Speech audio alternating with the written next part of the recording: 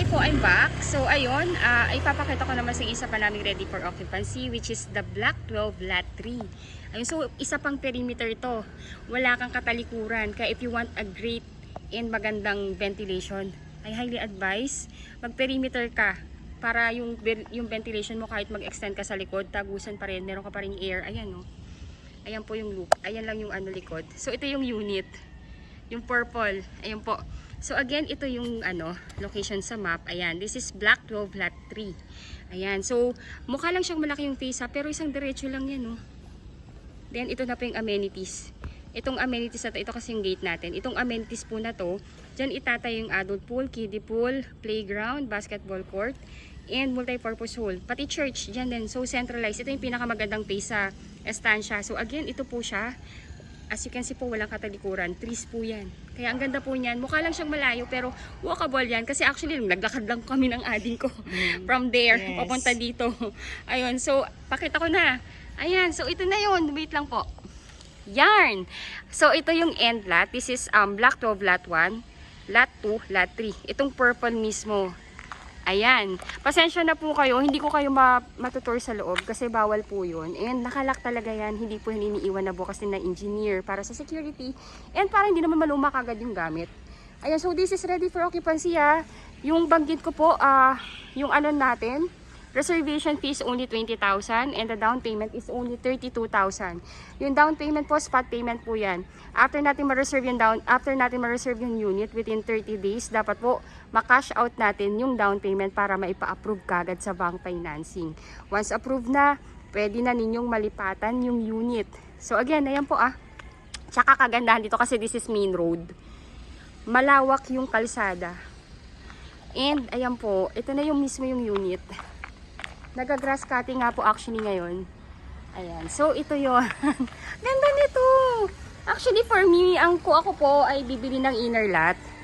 Mas prefer ko talaga yung mga perimeter. Kasi number one po, pag nag-extend nga po kasi, number one, yun nga, may ventilation pa rin. Kahit extend ko yung likod, hindi po magtatabi yung katalikuran ko. I mean, kasi di ba alam naman po natin pag townhomes, like this one po, pag nag-extend to, ayun, kasi ito corner lot parehas yan pero tinan nyo na lang doon, nag-extend na yung isa nating kapitbahay doon. Zoom in ko lang, magtatabi talaga yung extension ng kabila. Kaya mas prefer ko talaga yung perimeter. Kaya naku, grab the chance. For me, sobrang po to, sobrang okay. And ito na yung community natin. Ganda no? Although medyo madamo, pero kasi dahil nga po umuulan kaya medyo madaming tumutubong mga tumutubong mga unwanted damo. So again, this is perimeter po, one of the best option that you can that you have para dito sa mga ready for occupancy natin. Yan siya. Tingnan natin kung masisilip natin sa likod. Let's see. Ganda ng community, ang ganda ng bonggabilya super nice. Ayan nakakatawa, mahilig po kasi sa plants. Kaya yung mga gantong greeny po, na-appreciate ko talaga siya. Ayun po. Tingnan natin yung likod. Wala pang nakalipat dito pero since nag-grass cutting sila, I believe for turnover na to. Ayun sa likod trees. Ay, ang ganda. Ang ganda po. Hindi ko lang mapakita talaga yung lahat. Kasi nga po, dahil yun nga, ay nga siya. Naka-perimeter, mataas yung wall Ayun po. So, ayun. If you want to reserve the unit, please let me know. Again, I'm Miss Caranza. I'm the licensed broker and I have 2 guest agent na nag-handle ng YouTube channel na to, which is si Stephanie Francisco, Ella de la Cruz, Ma'am Shirley Piel, Jomar Vargas, ayun, and Sir Elisir Soriano. Pero yung numbers po namin yung nakalagay dyan. Ang ganda ng bonggabilya, my gosh. Ang ganda-ganda po Just for entertainment na para at least alam nyo po na ganda yung community natin. Thank you so much for watching and bless you all po. Hello, Ading. Hello po, I'm back. So, ayun, I just like to present to you lang po itong actual na face map ng ating subdivision ng mga ready for occupancy. Gusto ko po kasing ipa-visualize sa inyo bakit napakaganda po talaga ng subdivision na to sa mata ko. Kasi as you can see po, ito lang yung face natin. Ang liit lang niya. Around 300 houses lang po yan. Then, ito yung main road or yung main avenue ng subdivision. Then, sa kabila po is yung kabilang face. Ito po yan. Itong yellow, ito po yung face na yan. So, as you can see po, andito pa yung amenities. Ayan, oh. Dito po itatayo yung adult pool, kiddie pool, playground, chapel, multipurpose hall. Andito, sa labas lang ng subdivision, sa labas lang ng gate ng phase ninyo. As you can see, ito po yun. Kung mapapansin ninyo, siya yung pinakamagandang phase sa lahat ng phase na itatayo sa loob ng estansya. Pansinin niyo po, di ba po? Ayun po, so again, this is the main Ave. Ito po yun. So, diretsuhin nyo lang po yan, mga around 300 meters. Andito na kayo sa Antero Soriano Road Highway. Dito po dumadaan yung mga buses na going PTEX Terminal, UB Express going Mall of Asia, SM Bacoor, Zapote Las Piñas. 24/7 access po kayo dito sa transportation. Hindi siya katulad ng ibang subdivision na papasok pa kayo ng barangay, papasok pa kayo ng kung saan po, or sasakay pa ng tricycle para masabing makapasok na kayo sa talagang subdivision nyo. Ito po along highway yo, ang ganda-ganda. Bababa ka lang ng bus, sakay ka ng tricycle, sabihin ninyo kung anong phase ninyo. Diretso lang oh. Pwede nga rin po itong lakarin eh. Ayan po oh. Pero syempre pag marami kayong dala, wag po kayo maglakad. Mahirap po. Ayun, so diretso lang siya o diretso. Then rotonda. Then ito na yung face gate. O ito na yung mga bahay. Ayan lang po. So, ayun po, itong mga nakabilog na yan, please disregard po kasi yung iba po dito na-reserve na. And ang mga ilan-ilan na lang na available natin is itong mga itong mga perimeter. Let me know po kung ano po yung magugustuhan ninyo. By the way po, stay tuned po kayo sa sa vlog ko. Panoodin nyo po lahat ng vlog ko about sa estansya. Makikita nyo yung block and lot nung available. Let me know po kung ano po yung nagustuhan nyo doon para ma-check natin kung hindi pa ba na-reserve. This is a first come, first reserve basis. Napaka-advantage po ng panahon po na to ngayon. Kasi talagang nagbigay ng malaking discount yung developer namin. Kasi nga po, gusto nang ipasol itong mga natitirang townhomes dito na available sa old phase namin. So, ayun po. So, to discuss to you po yung total, yung information about dito sa ating subdivision. So, ayun po. So, again, ito po yung ating bahay. Ayan siya. So, ito naman po yung kanyang deliverable unit. Naka-vinyl tiles na po yung ground floor, pati po sa second floor. As in, wala na kayong papagawa. Tapos, yung stairs po ninyo, ayan po siya. Naka-wood planks po yan. As in, kung ano po yung nakikita ninyo dito ngayon, yan yung exactly na makukuha ninyo. Ganyan po yung property na i-deliver sa inyo. So, again, yung specs ng ating unit, this is a complete turnover. May 3 bedrooms, may 2 toilet and bath with 1 carport. Ayun po. Then, may provision po to sa likod ng dirty kitchen or laundry area. Yung po yung kagandahan dito. Kumbaga po, meron kayong space sa likuran ng property. Then the lot area po nito is 50 square meter. Then the floor area is 56 square meter. Ang total contract price na po niyan ngayon is actually 3.1 million. Pero dahil nga po pinapaasap na sa amin na maubos tong mga available na townhomes, binaba sa old price which is 2,688,000 lang po. Yan po yung old price way back 5 years ago. Kaya po, yung mga hindi po nakakuha before na ngayon nagugustuhan na and nakikita nilang ang ganda-ganda na talaga. This is your chance. This is your second chance. Kaya avail your unit na. Ayun po. So, the total contract price again is 2,688,000. Then, the miscellaneous fee is 188,160. Ngayon po, inclusive po dyan yung title transfer, government taxes, and processing fee sa bank po. Ayun po, all in na po yan. Kasama po yan sa ILO loan. Ngayon po, dahil nga po gusto na pong i-turn over din yung unit para sa inyong mga kababayan natin na kailangan ng makalipat, binabaan din yung down payment. Originally, ang down payment is 10% based po sa total contract price. Pero ang bait talaga ng developer natin. So, ginawa niyang 1.9% down payment para talagang makamasa. So, yung down payment na lang na kailangan ninyong bayaran is 52,000 and 592,000 pesos. Ngayon po, para makapag-reserve pa kayo ng available namin na unit, ang una nyo lamang pong gagawin is to reserve it ng 20,000 pesos. Itong 20,000 pesos na to, pwede nyo po yung i-deposit through online sa aming officer, sa aming reservation officer, which is, ayan po. Mamaya po i-discuss ko, gusto ko lang takpan yung yung kanyang buong bank account. Ayun po. So, ayun po. So, ang kanyang net. So, ngayon po, pag nabayaran na yung 20,000 down payment, 20,000 reservation fee, ide-deduct po yan dito. So, ang remaining na lang na net down payment is 32,592. Plus, initial na MF po, itong 5% initial MF. MF means miscellaneous fee. So, base po yan dito.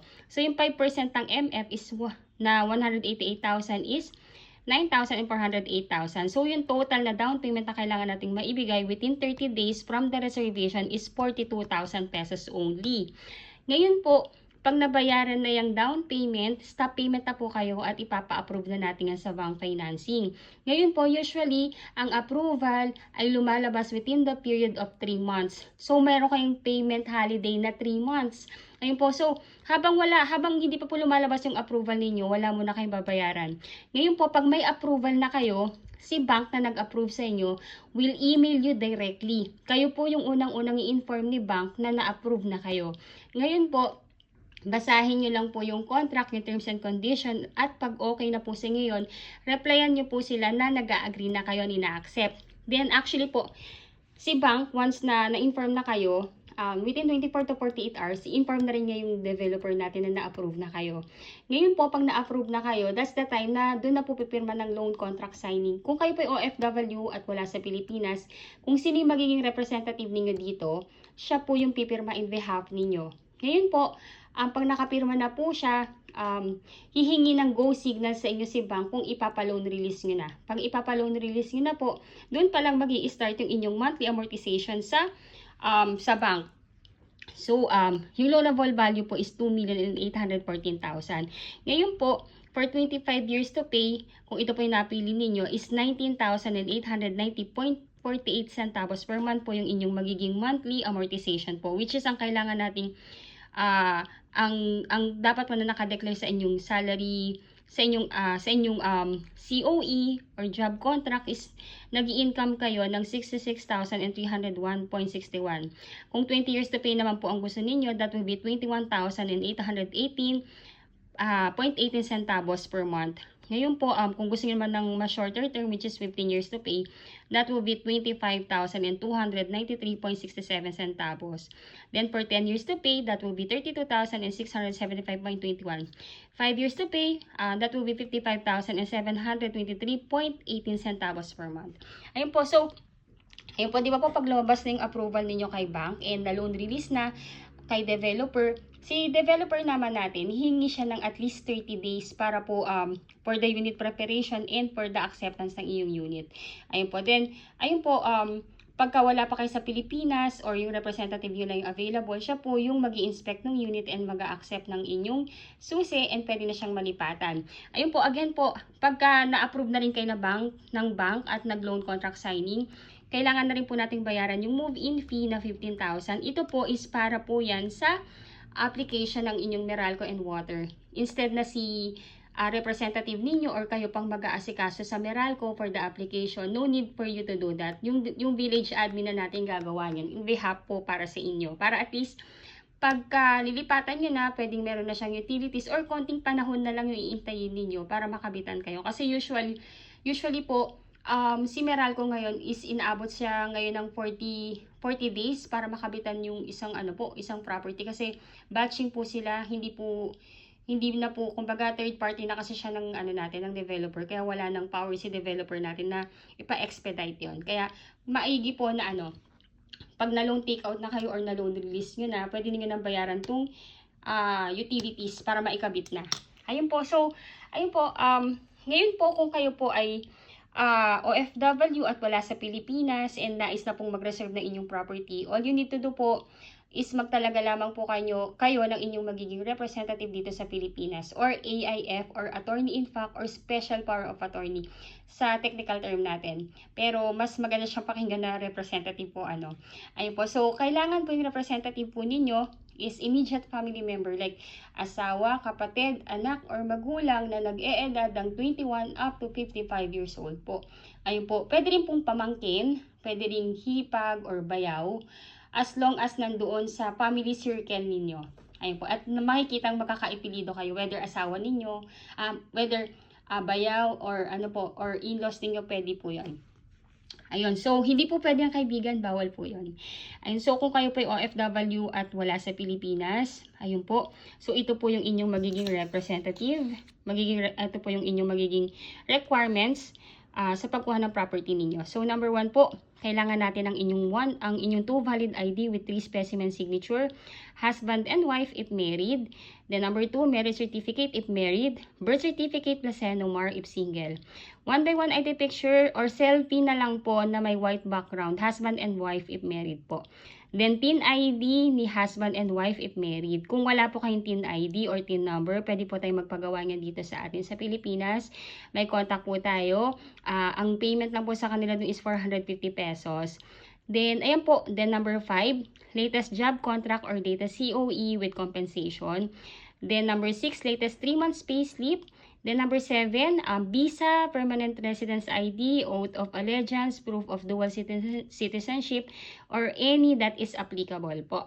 Ngayon po, number 8, latest arrival and departure stamp. Then, number 9, SPA form. Yung SPA form po, magagaling po yan sa developer namin. Pwede po namin i-email yan sa inyo upang ma-print ninyo and mapirmahan and dalhin nyo po sa Philippine Embassy natin kung saang bansa po kayo naroon ngayon. Pero if ever man po na meron po kayong na medyo mahihirapan kayo sa pagpapa-SPA, let us know po, pwede po natin gawa ng paraan dito. Pero if you can po na gawin yun din dun sa bansang pinag-workan ninyo, mas better po. Ayun po, then requirements of your SPA or yung inyong magiging representative.